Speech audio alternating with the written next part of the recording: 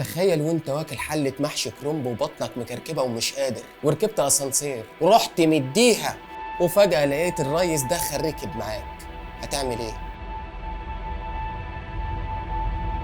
عمرك حصل لك موقف محرج ومعرفتش تخرج منه ازاي؟ عادي، ده بيحصل ليك وبيحصل ليا وبيحصل مع الناس كلها، لكن اللي مش عادي ان ده يحصل لك مع رئيس الجمهورية، وده الحمد لله ما بيحصلش معانا كلنا، ده بيحصل مع ناس حظها اسود ومهبب ب60 نيلة. وفي الحلقة دي هنتكلم على ناس حظها اسود ومهبب ب60 نيلة حصل لها مواقف وحشة مع ناس ما ينفعش نهزر معاها اصلا. في بريطانيا وفي الخمسينات تحديدا كان رئيس الوزراء البريطاني وينستون تشرشل، وده ما كانش اي رئيس وزراء عادي، ده وينستون تشرشل، الراجل اللي كان ليه شعبيه كبيره جدا في بريطانيا وقتها. الراجل ده الخطابات بتاعته كان ليها شعبيه اكتر من اغاني ام كلثوم عندنا، يعني من الاخر الراجل ده كان بيقفل قهاوي لندن يوم الخطاب. وفي مره عمنا تشرشل كان عنده تسجيل في BBC فوقف تاكسي عشان يروح هناك. هتقول لي ثانيه واحده، ازاي رئيس الوزراء هيروح الاذاعه بتاكسي؟ هقول لك علشان ده وينستون تشرشل، ودي كانت بريطانيا واحنا في الخمسينات. وركز معايا كده شويه. تشرشل لما وصل قال لسواق التاكسي معلش استناني هنا 40 دقيقه هخلص حاجه ووصلني مطرح ما جبتني. هنا سواق التاكسي قال له نو والله يا بيه ما ينفعش، انا لازم اروح بدري عشان الحق خطاب وينستون تشرشل. هنا وينستون تشرشل فرح قوي، قال له ايه ده؟ انت تحب وينستون تشرشل؟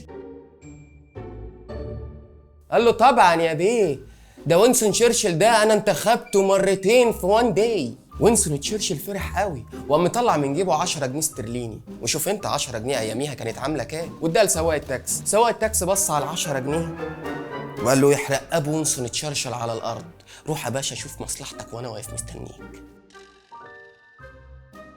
تاني موقف محرج بقى حصل مع الزعيم عادل امام، اللي كانت بتربطه علاقه قويه جدا مع الرئيس مبارك. وفي يوم عيد ميلاد الزعيم عادل امام وهو قاعد بيحتفل وسط اصحابه وعيلته جاله تليفون مهم من الرئيس مبارك.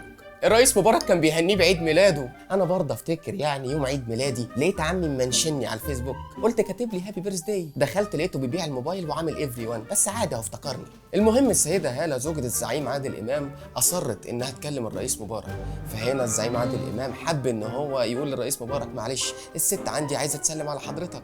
قال له ماله؟ ادهاني. بعد السلامات والتحيه وانا مبسوط قوي يا ريس ان انا بكلمك وعادل بيحبك قوي يا ريس، وعلى فكره عايز اقول لك على حاجه، عادل طور زي حضرتك.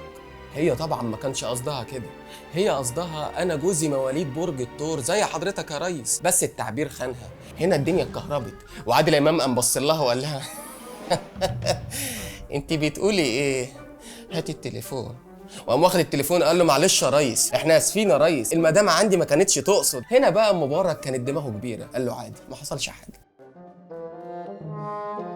الموقف الثالث بقى ما حصلش مع عادل امام، حصل مع واحد كان شغال في مكتبه، والراجل ده كان عنده القلب.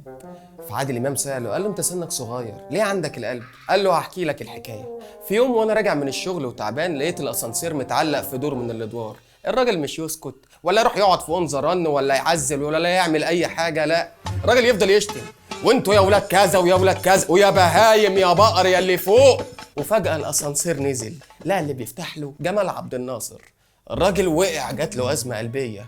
الراجل ما كانش يعرف إن في العمارة ساكن أخو جمال عبد الناصر وجمال عبد الناصر جاي يزوره. أظن إن مفيش موقف محرج أكتر من كده. وعلى رأي المثل المنحوس منحوس حتى لو علقوا على باب بيته فانوس.